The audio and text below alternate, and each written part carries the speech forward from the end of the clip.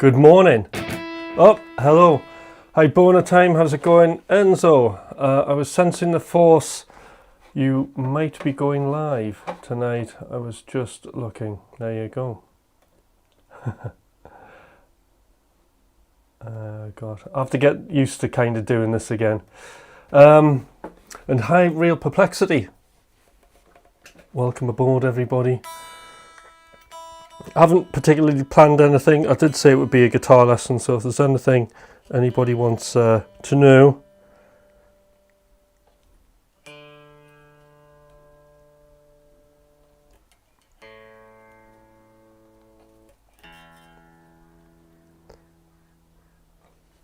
I'll be happy to share.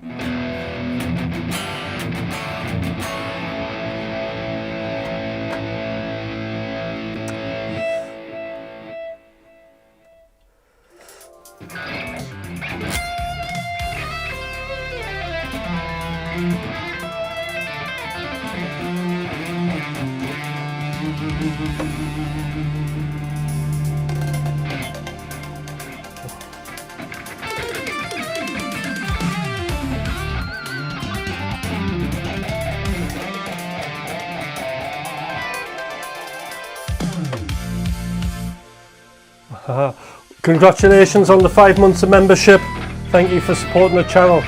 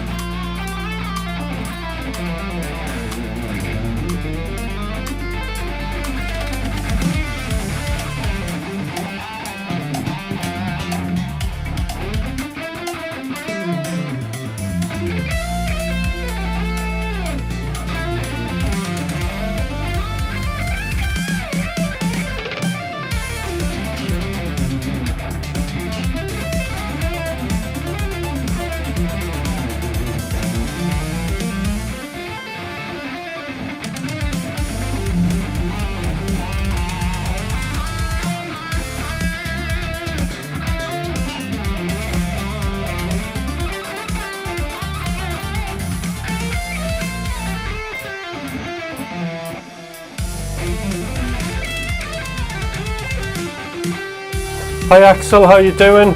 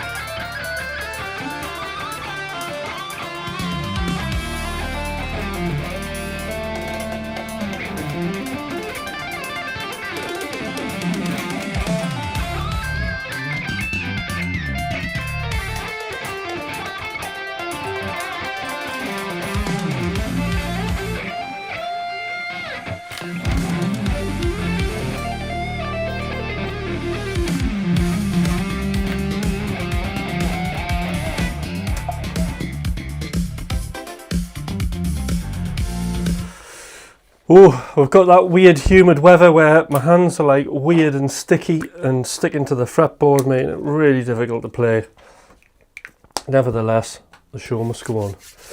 I have got those wonderful coated NYXL strings, but I haven't put them on. They're in the packet over there. Alright, so we've got Axel, who is watching in the shower. Kurt is here.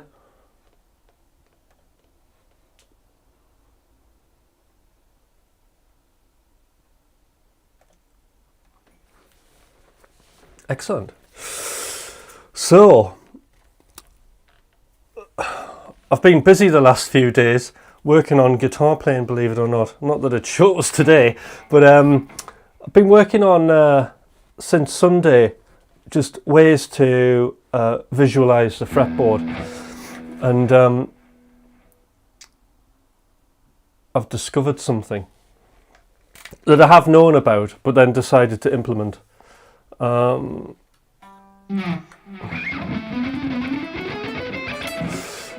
This guitar is tiny.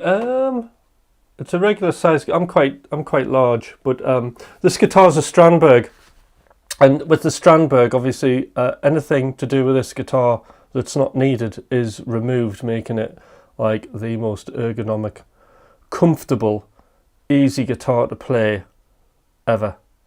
What's interesting, I don't know if you know about Strandbergs, is the neck. See this neck? It's like at a weird angle. It's called the Endure neck, and you've got this line that follows your thumb. But it's also got these angles which are really handy, so I find this top angle here really good for bending, but still your thumb can still be in, you know, the right place very easily to do wider stretches. So very good. So that's like the reason is I'm also, just for disclosure, I am a Strandberg artist, which is a great honour, and like literally, like this guitar is like the best guitar like I've played. And I do a lot of playing, and I used to experience a lot of background pain, particularly in my left hand, and I have none now whatsoever.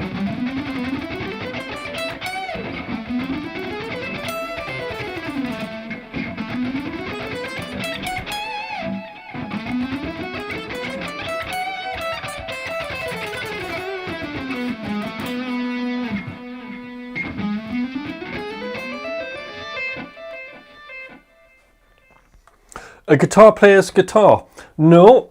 This is the other thing I like about Strandberg. Having been a Kiesel artist, obviously Kiesel stuff's custom shop and expensive, and you're on a waiting list, but they make good quality guitar. Strandberg, you can get them from the shop, and they have different lines of guitars. So when you're starting, this is like the top.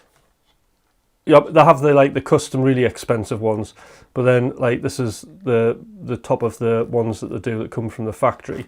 So this is like, what's it, the 2.6 NT with the new trem on it. But then they do the standard. So this is like, I don't know, this is like 2000. You'd have to look on the website, but this is like something like 2,200. And then the next one down is the standard, which is like 1,700 euros or something. And then you've got the Essential, which is £1,000.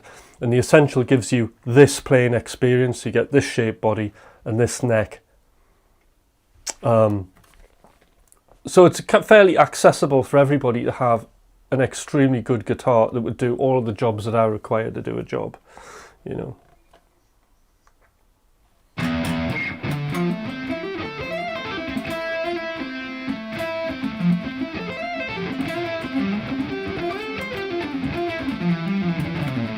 Huey Lewis in the news, please. I'm not going to do any covers.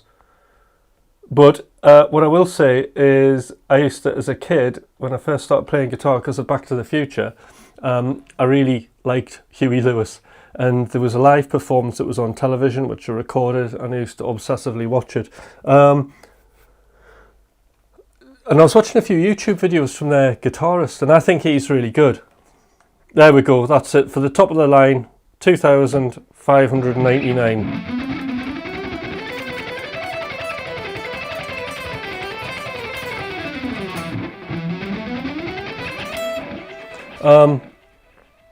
But you know, you're going to get something that plays amazingly well on the essential line just the same, and for like the feel wise, and I think that's a great thing. I Want a New Duck is a funny, weird AI parody of Huey Lewis. Is it? I'm totally out of touch actually with sort of like AI development, especially in the music industry at the moment. But I'll tell you what is cool. I'm a real fan of Fab C, the Fab filter, and they've got like a new compressor out which I bought the weekend. That was another distraction.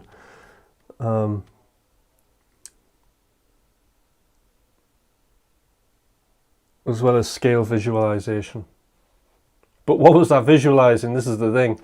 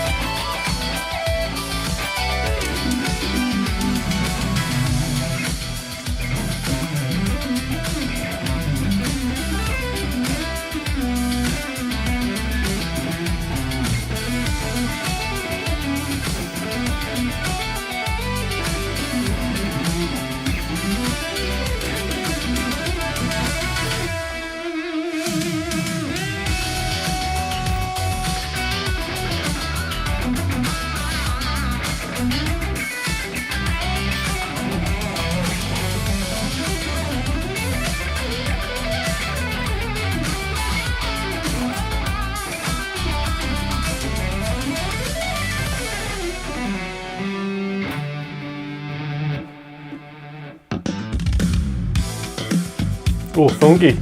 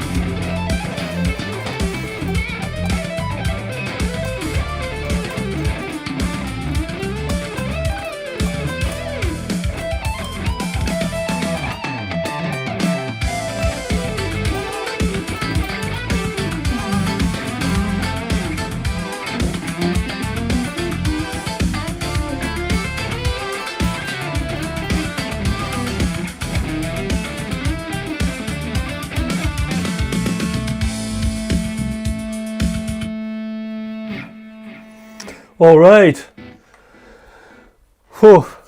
I'm struggling through these today, but thank you, Donald. Let's have a catch up on the chat because the chat's nice and busy here. Yes, thank you. Reminds me of SSH metal guitar covers. So I'm using Polychrome, which is my favourite of all company for making guitar software stuff. So I'm using their amp, the Nunchuck, which is like, I suppose, loosely speaking, a modded Marshall sort of thing. Really good, very well priced. That's Polychrome DSP.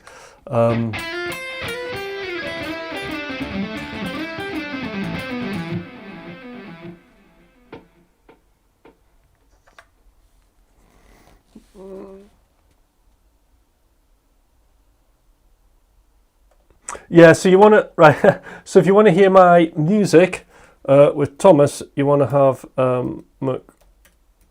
McRocklin and Hutch. So that'll get you there if you look on Spotify.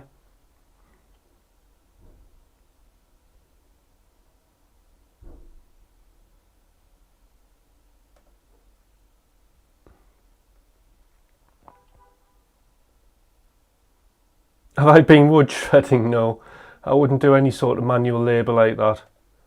And I'm taking that literally. Somebody asked how long I've been shredding for. I started playing guitar when I was 8 years old, so quite a while.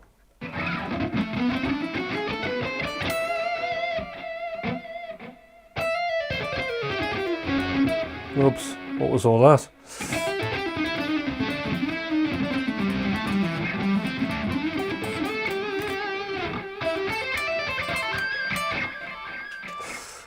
All right, Alexa, I'll check that out.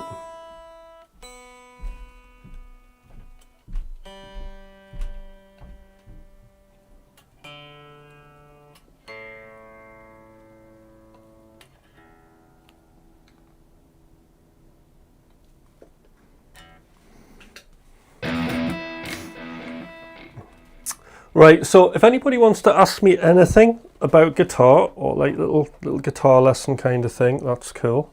If there's anything you want to know, especially about shredding, then you could be in the right place, I think.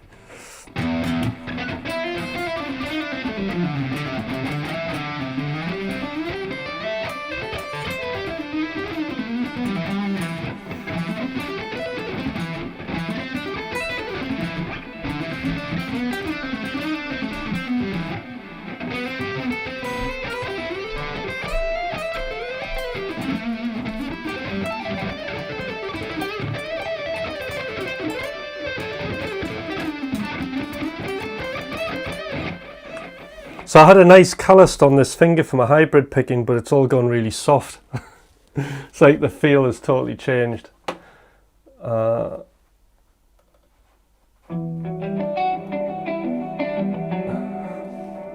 what's this? A minor.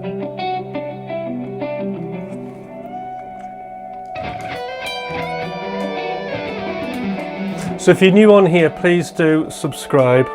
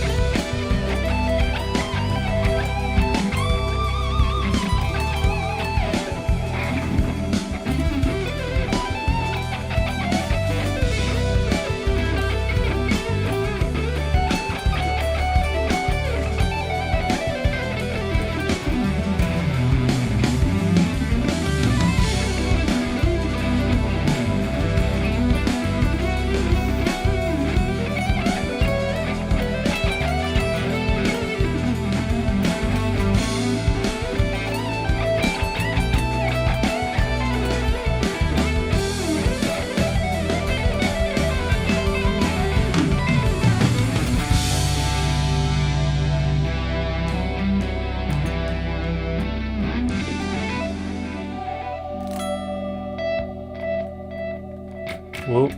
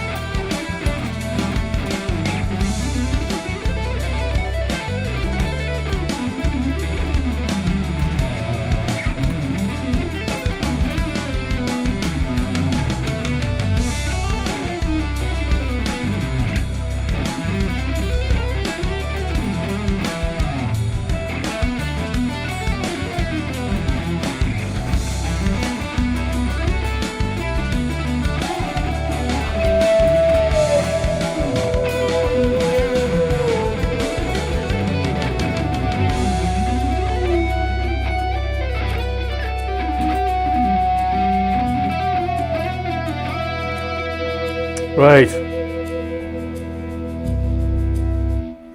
So,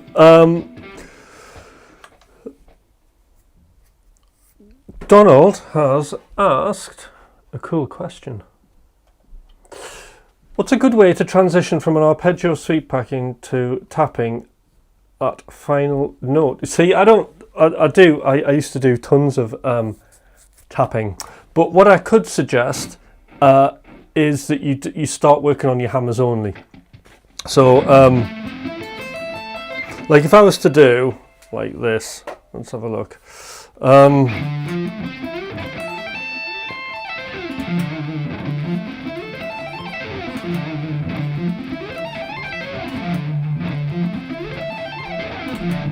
So what I'm doing there effectively, this is the first part of it, I'm stacking triads on top of each other. We're in D minor here. So we've got D minor, C minor, and then I'm jumping up and I'm doing this A minor 7 arpeggio.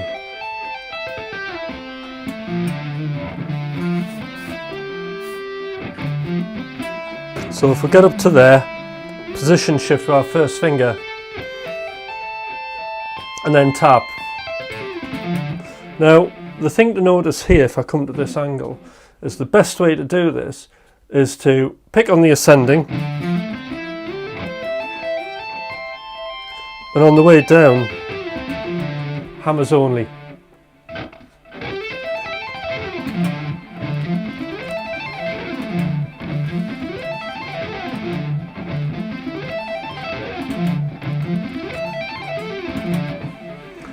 So, in order to do this though, you're going to have to work on a few things. And one of those things is, probably anybody who's interested in this, I would actually come for a guitar lesson, because it's complicated and you need to be in the room with a teacher to make sure you're doing this correctly, so you don't end up with any weird, bad habits. But this is the part of legato which is extremely challenging, because the first thing, in order to do the hammers only and pull-offs cleanly, you have to really work on your muting technique. So, I mean, very basically, this hand is muting all the lower strings, and this hand, the first finger's muting everything above the first finger. So you've got this muting going on between these two hands. Also, at times, depending. This first finger mutes the top string.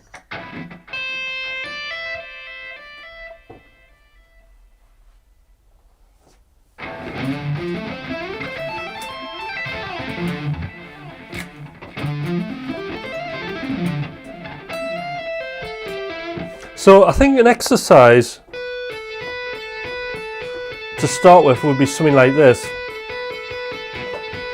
So all I'm doing here is getting the first finger and trying to get those two notes as clean as I possibly can without any kind of raspiness.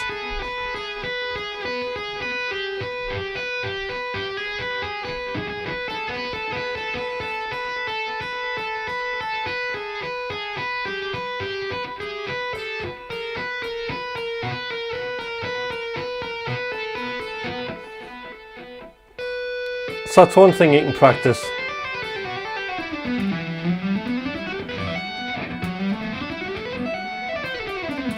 And then the other thing is, when you're doing like that legato and those hammer-ons, it's not about how hard you hit the note, it's about how accurate you are on the fret and the speed of your finger. And if you do that, then you can lower the action of this hand to make it more efficient, and you're using less and there's less tension in your hand because you only have to hit those strings fairly lightly.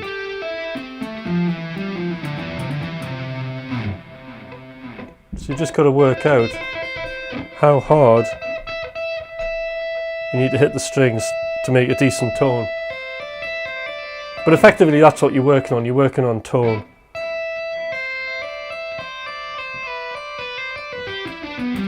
Yeah, I'm combining triads, so it's like minor, major, another minor.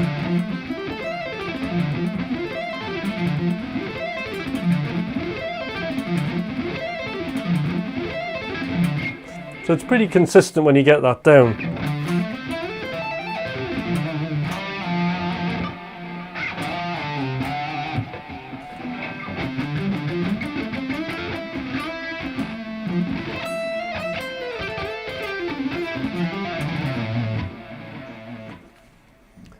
It is Richie Kotzen.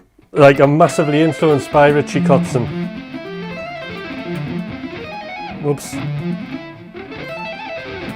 And weirdly enough, I like that first album.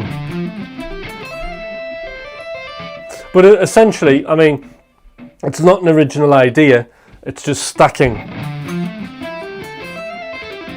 triads on top of each other. And then you get those extra like extensions.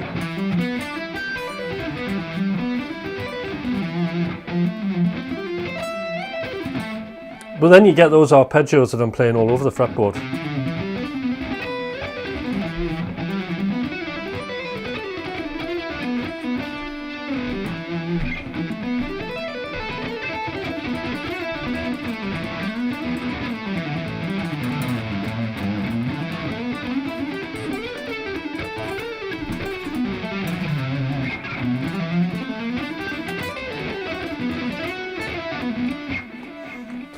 So anybody wanting to come for a guitar lesson, give me a shout. I do have some available free time to do that.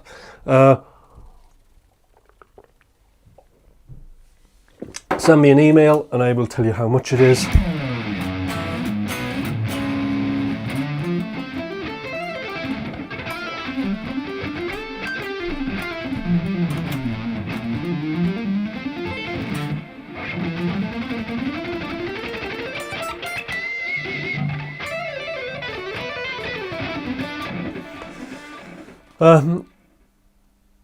Have I ever played the guitar sitting on the toilet? That's a good question. Who hasn't?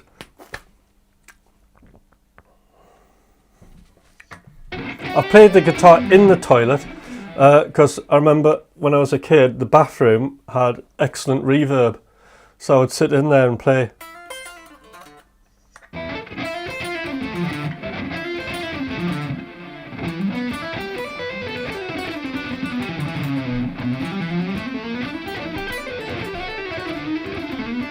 In fact, I remember an interview with Jennifer Batten.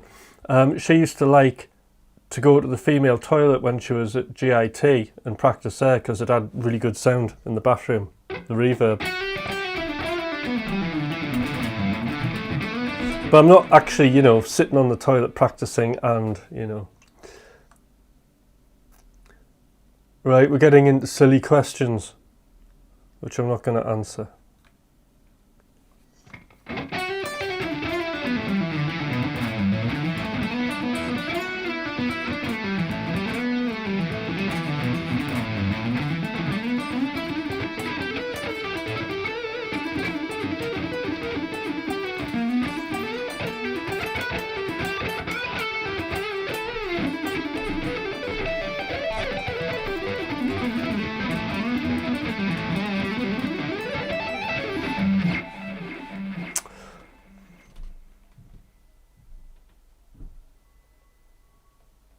It was related to the guitar, but a good one, because like the bathrooms do have a good, and actually a band I know from Sunderland of all places, because I'm here in the UK, they won a Mercury Field Music. They're really good, and they were interviewed in Sound on Sound, and where their studio was an old office block, and below, I think, where their studio was, they were talking about a toilet, which was a series of cubicles, and they used that as a chamber reverb, which I thought was very inventive. And actually, they could use the doors on the cubicles as diffusion, so they would have the doors at different angles to adjust the diffusion of the room, which I thought was like really good, and obviously it sounded good.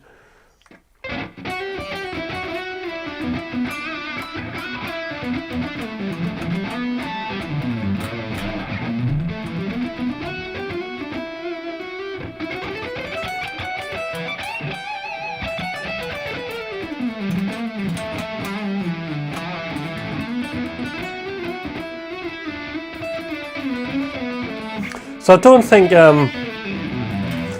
turning your own bathroom into a chamber reverb would be quite as good for the diffusion, because you'd only have the toilet seat to lift, wouldn't you? Maybe your blinds to adjust.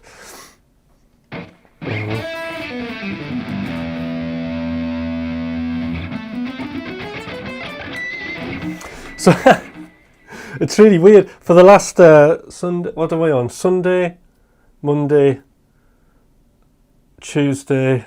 Oh, it's Wednesday today. I've been intensely playing melodic minor. And it's something I don't often use. So I get so far with it and then completely forget half the stuff. But I'm fully into it. And I've got this... I found this great method to visualize the fretboard, which I've known about, which kind of works for when you're in any key.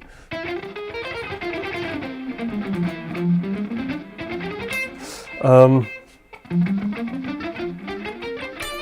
I think that's like one of the hot guitar topics, isn't it? Is fretboard visualization, and there's like lots of different ways you can do it. And having learned the melodic minor, I've noticed something really interesting. So I come back to this because I don't have to use it, and then decide to try and use it, and then fail in a lot of attempts, or it's like really awkward. And I think one of the approaches that I've been taking, which is kind of necessary but awkward in terms of visualizing moving something in different keys, is 3 notes per string. So just running up the scale. So I'm in a melodic minor here, right? Like running up the scale. Whoops.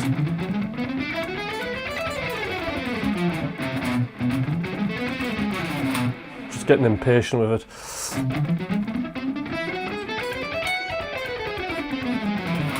So you can run up the scale and you're visualizing it this way, but then it becomes really confusing because you're not always thinking about the root notes for like reference on things, so it becomes really difficult, especially if you're doing stuff where on one of those jams I was doing a little altered scale thing, so that's creeped into my playing.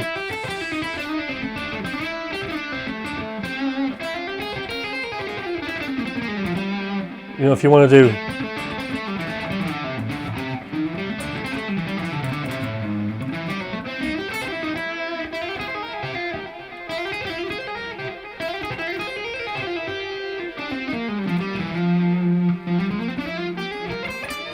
you know, if you want to get into a bit of that,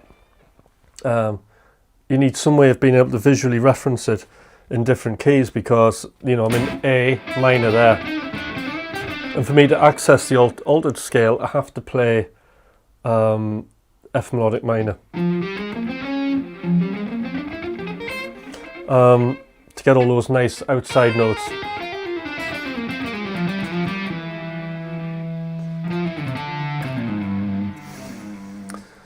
So the way to do it is actually to play, so let's say if we're in like F, for example.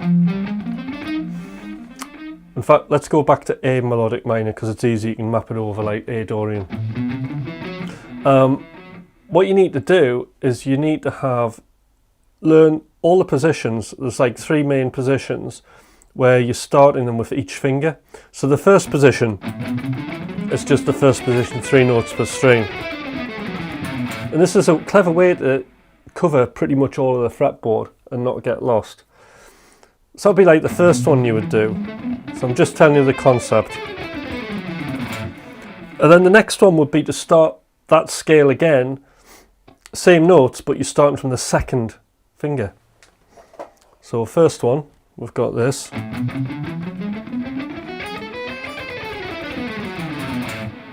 The next one, we've got this.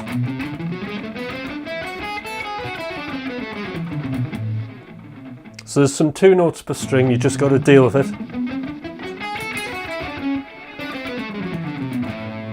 And then the third one would be this. Oops. So that's 3, and then there's another 3 up here. So if you move to here, and then we end up with, so starting with, in fact we'll start with the first finger.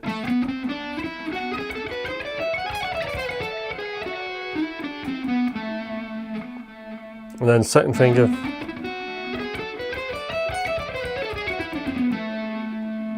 Fourth finger. Sorry, second finger, fourth finger. And that way, you kind of got the fretboard covered, and you can still access your 3 note per string type licks in between all of that.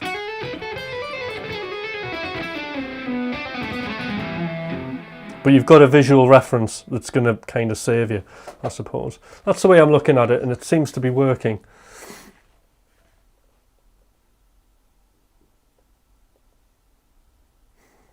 Oh, Kurt, you plugged the Digitech pedal into the PA system at church, oh dear.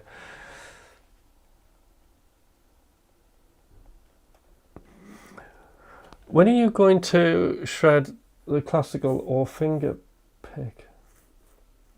I started classical guitar, but then didn't bother with it. Once I left school, really. Was it after school? No, I still kept going till I was about 17, I think.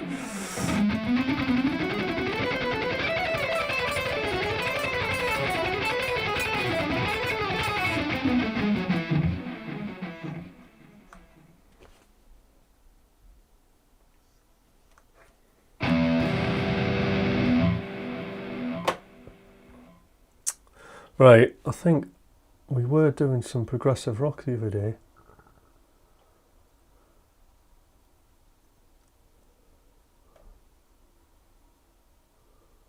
Right, we're just on to random stuff now. Play anything. This is in C minor.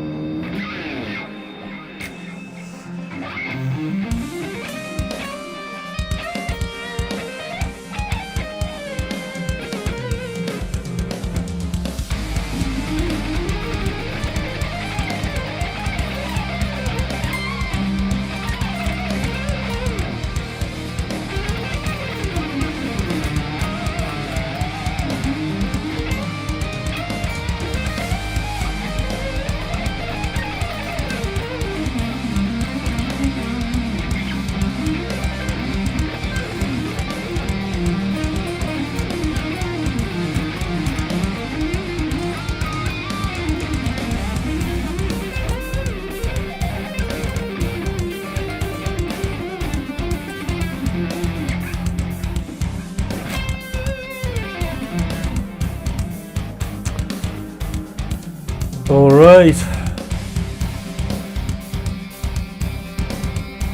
That was like 8 minutes, God. Honestly, people are still here. Please drop a like and subscribe to the channel if you're enjoying the show.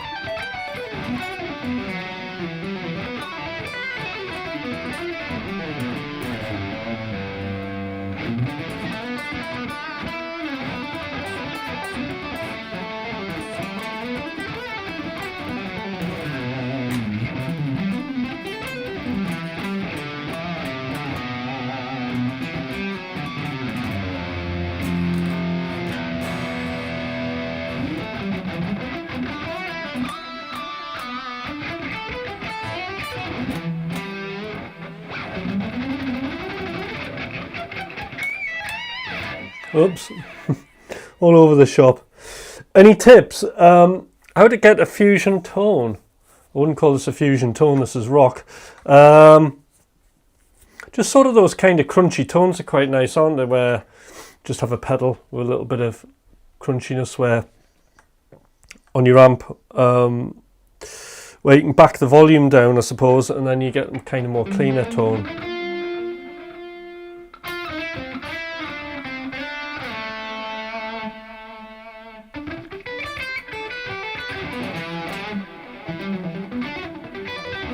But essentially you just want an amp that's relatively clean, and then when you pick hard it's quite dynamic, so you get a little bit of crunchiness there.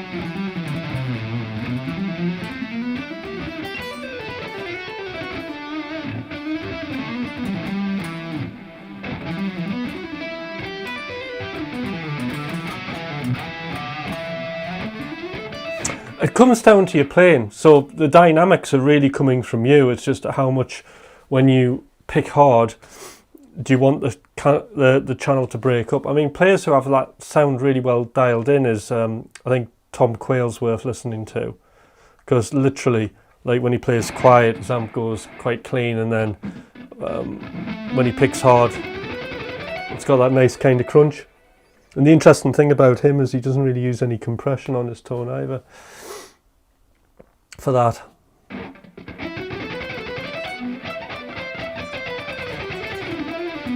don't know if I've got, let's have a look.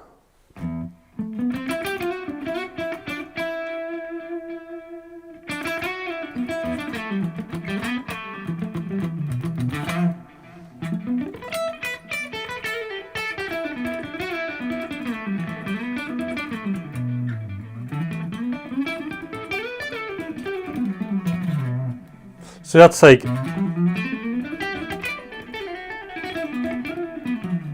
that's edge of breakup but I think people would probably say that's clean.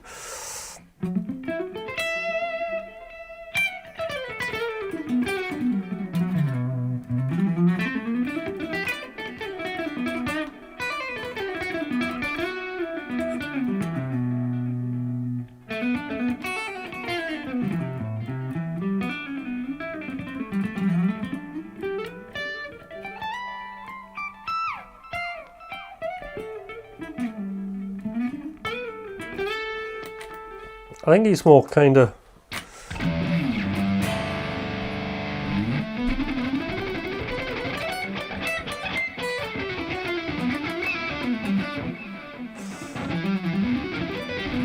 it's good, isn't it? This is Nunchuck. That's the amp that I'm using. We can have a quick look.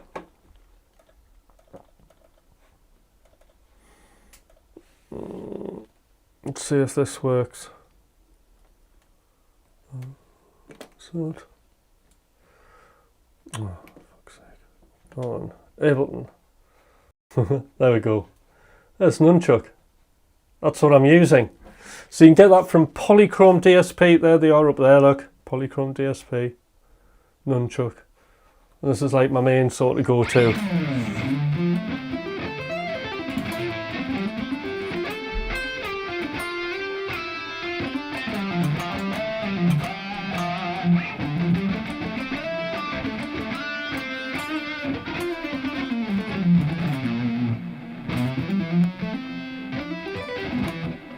So there you go. That's Nunchuck.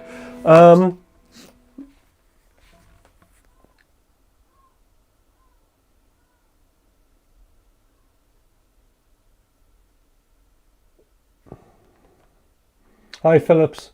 I'm not going to play any covers on here.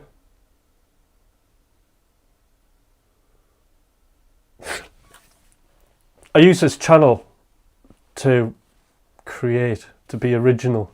I'm more interested selfishly in my own voice on guitar and developing it than I am kind of playing covers.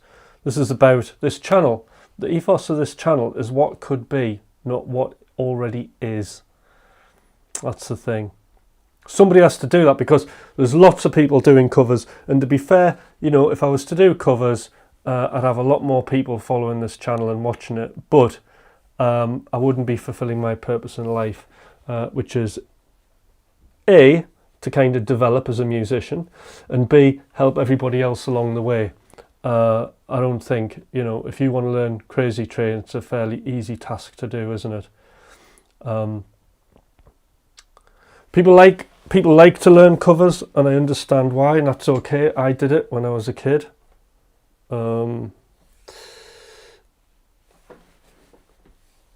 Because it's not even design, it's just copying, isn't it? You're just plagiarizing the facts that are already, not even that.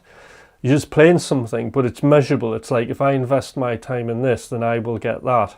That's the thing. When you start going down the line of, right, I'm going to learn to use music like a language and improvise, who knows what the future is, and it requires investment of time, and it requires investment of money as well, and that can understandably scare people. Why? Because you're dealing with the unknown, and that is far more exciting than playing a cover. Also, I don't want the copyright strike.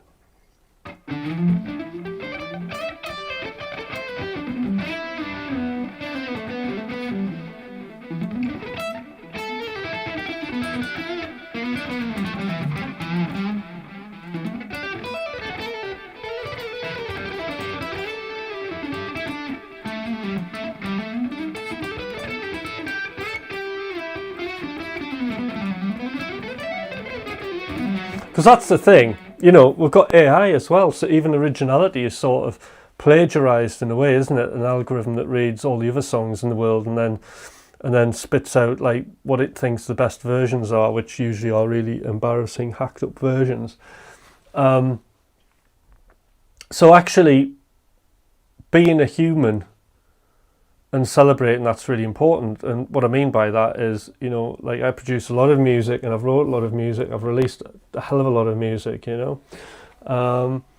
And I think the most meaningful connection that I've made and the most direct connection is actually doing this channel and just sitting here improvising, playing over some of my tunes, McLaughlin Hutch stuff, because that's a direct connection with you. It's happening in real time. You guys can ask questions, you can have a chat, it can be a social thing. And I think that's an amazing thing to have. And fundamentally, apart from the frustration of you typing on here, I can't have you all on here, can I? But it's celebrating being human, isn't it? And making mistakes as human and trying to find your own voice and express yourself in your own unique way is part of being human. And doing that is more important than it's ever been. I mean, it was always important, but it really is important for everybody to do that. Let me know your thoughts.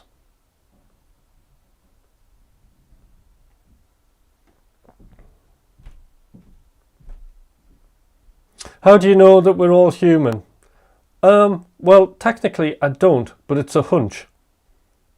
Okay? But I reckon you all are.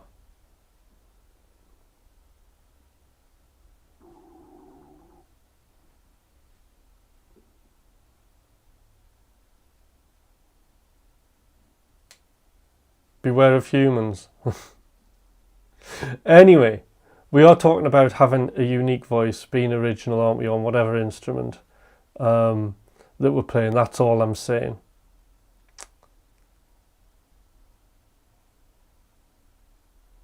Rather than, you know, just copying stuff.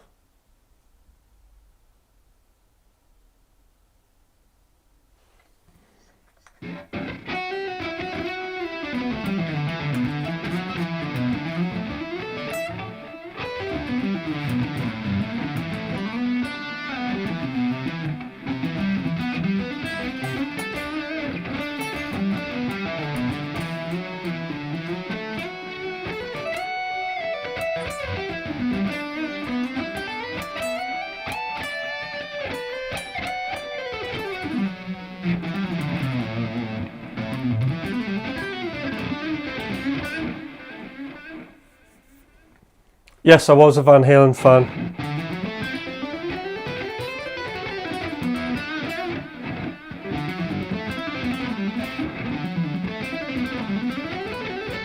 Oops.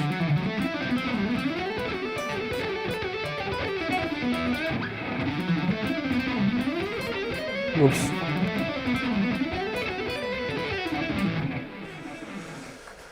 Trying to get my hybrid picking finger is starting to work now.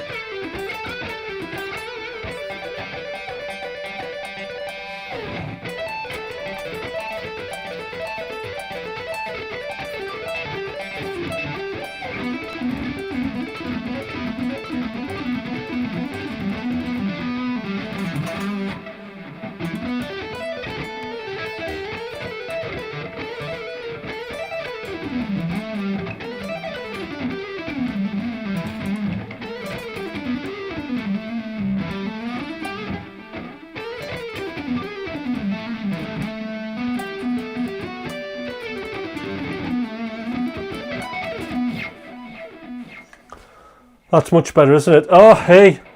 Hi, Tim. New Strandberg. It's the same one, but it's still new. Oh, I'll tell you what I got, though. Thomas had one of these when we're doing the live on Friday. I don't know if you saw it, if you were there. But I got myself a cleaning mitt. Look at that. The Dario. Is that not, like, the best invention ever? I think that's like, it's such a cool invention, isn't it? I can clean my guitar.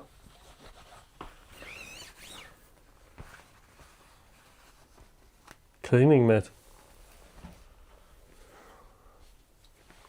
It's the best thing ever. Get them for about, I don't know, $12 or something.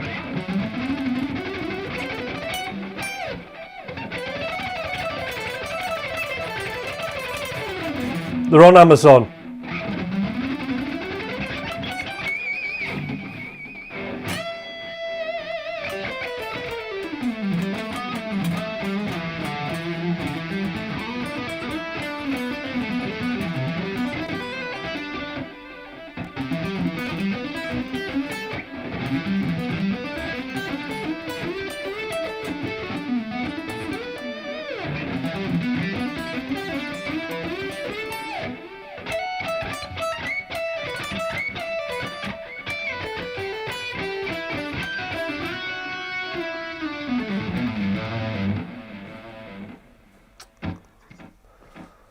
Yeah, Ricardo, it is very cool. So we're up to 8 o'clock now, and I think it's getting the time. So I hope everybody's had a nice stream. I certainly have. It's nice, you know, I've had a few days. We're late in the week, aren't we, for the streams? I'm hoping to be on tomorrow because it's an essential bit of my practice. So we'll do a bit more tomorrow morning, and I'll see you guys then. Take care, enjoy, have a great day. Bye.